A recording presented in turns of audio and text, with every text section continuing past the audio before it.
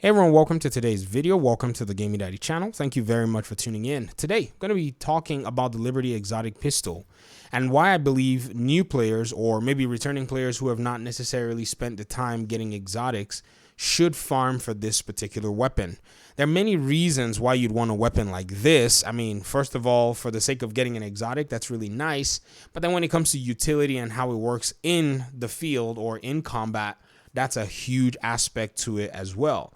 So this video is going to be taking a look at all of that. I'm going to be saying, kind of the tips that you can actually use to gain a Liberty Exotic, how you can get the blueprints from them. The blueprints are actually very simple to get. They are actually locked behind some of the True Sons missions. So if you go on your map and you go to the True Sons missions, I think there is an order in which you can actually, not an order, I think it's just a specific set of True Sons main missions. I think one of them is American History Museum. Don't quote me on that. And I know one of them is Space Administration HQ. So just target these missions and play them. And I think another one might be Viewpoint Museum as well. So you can get the bosses to drop these components. And I don't think you have to actually have any specific order in getting them. Say like the Nemesis, if you wanted to get the Nemesis blueprint, you have to play the missions in a specific order, the invaded missions. So it's really weird.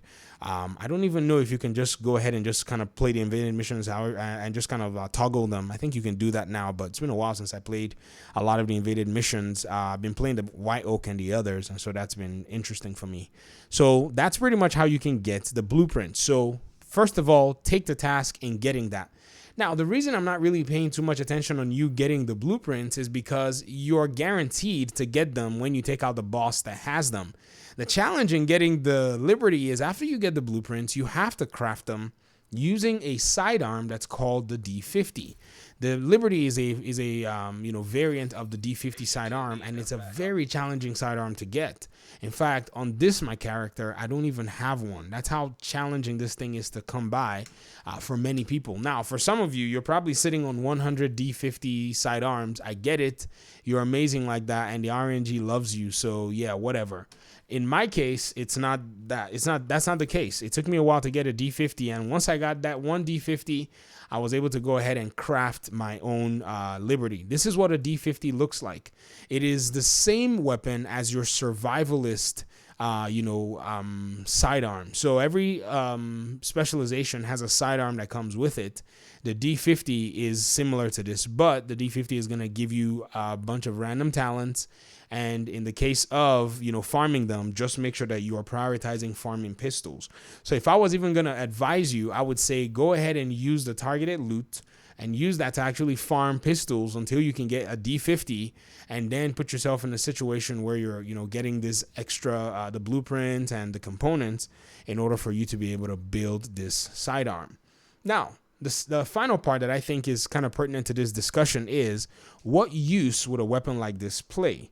Now, that's a very fair question. A D50 is a very solid weapon, but the way it's been designed, it's designed for a specific, I would say, group of play styles, or one major play style with other subgroups of variations within that play style. I guess that's a better way to put it.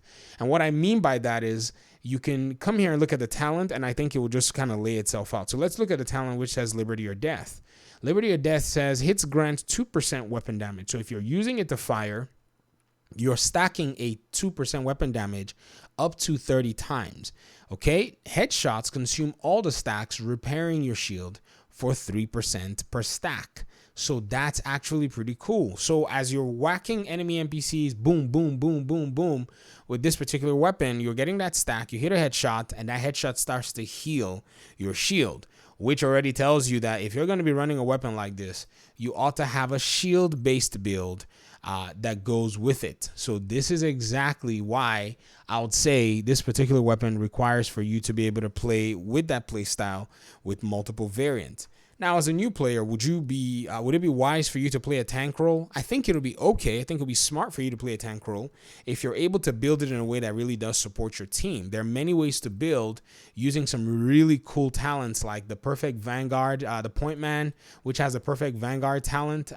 This is just a nice talent where if you just proc your shield, your entire team is going to get an armor bonus. So this one says deploying the shield makes it invulnerable for 5 seconds and grants 50% of your armor as bonus armor to all other allies for 20 seconds. It's a very nice way to play, and you're basically just going to be deploying your shield, and it's going to be helping your teammates stack a portion of your armor. Very useful talent. I would recommend that you find these pieces, pair it up with a good tank build, roll blue, icons here, which is basically your main attribute, your core attribute, in order for you to increase your armor to a very high value. And then you're able to go in and actually tack on and, take on enemies head on. Depending on the enemy types, don't get carried away. If you're playing legendaries in maybe the summit or playing legendary missions, don't get carried away and be a dead tank. Dead tanks are kind of useless to a group. And then your backpack can have different kinds of talents that help your team as well. Galvanize is pretty cool. If you actually use status effects of some kind, maybe you can carry with you, I don't know, a stinger hive, and then you can give your teammates a whole bunch of bonuses. You can use adrenaline rush, which is another talent as well. But these are things that are beyond the scope of this video when it comes to putting those builds together. The focus is getting this particular weapon and actually adding it to your arsenal, and being a new player, making use of how powerful it is in in combat. Another, small, I would say, tweak is picking your specialization very wisely. Now, this is a big deal.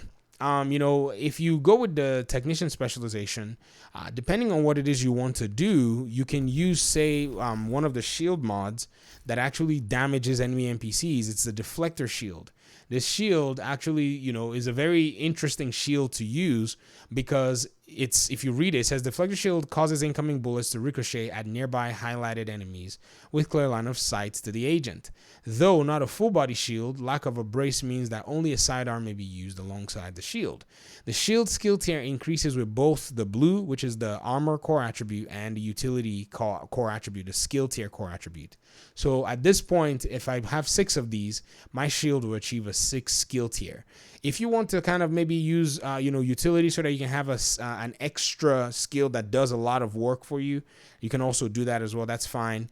But if you wanted to go that direction, your specialization will really matter. So if you're using a deflector shield, I could recommend that you use the technician. The technician gives you skill damage. If you actually come and look at one of its passive talents, it's called overclock CPU. You get 10% skill damage. That affects your skills. Another thing you can do is you can use a firewall. The firewall, is also the specialization that gives you a lot more health and a lot more buffs to your shield. And, you want to make sure that you're paying attention to that as well. So if you're playing in a group, it says allies deal 10% damage to enemies that are within 10 meters of you. So this tactical link is actually pretty cool. If you go to, say, maybe you move up to a heavy enemy, and that enemy is within that, and maybe other enemies are close to you, those enemies are going to be eating 10% more damage. So I think that's the role of a tank. So you get to choose your play style. You get to decide how you want to go ahead and take on the enemy NPCs, but make sure that this weapon is in your arsenal, because I think, bullet for bullet, it is the best way to go with a tank. Now, like I said, there are other options, and this is just a discussion pertinent to this particular weapon, but I would say because of its ease to acquire its components, except for getting a D50, which you may be lucky. Don't, write it off because it's challenging to get. That's the only hurdle that you're going to have to go through in order to get it. And you can build a very solid tank. You can use Foundry Bulwark, even if you've not played the Iron Horse raids. This is my PC account. I haven't played Iron Horse at all on here, but I've beaten it on my PlayStation thanks to my clan, the LCN clan over there. And so this has been just basically what I've been able to run. And maybe one day I'll play the Iron Horse raid and beat it and get all the components for the blueprints to be able to build this in the near future. But that's it for me. Thank you so much for your time and audience. If you guys have any questions, leave them in the comment section. Veterans, you know the drill. Talk to us about how you run your Liberty sidearm. You might inspire somebody to pick up a build and put it together, and it can foster more conversation in the community. Thank you so much for your time and audience. Peace out.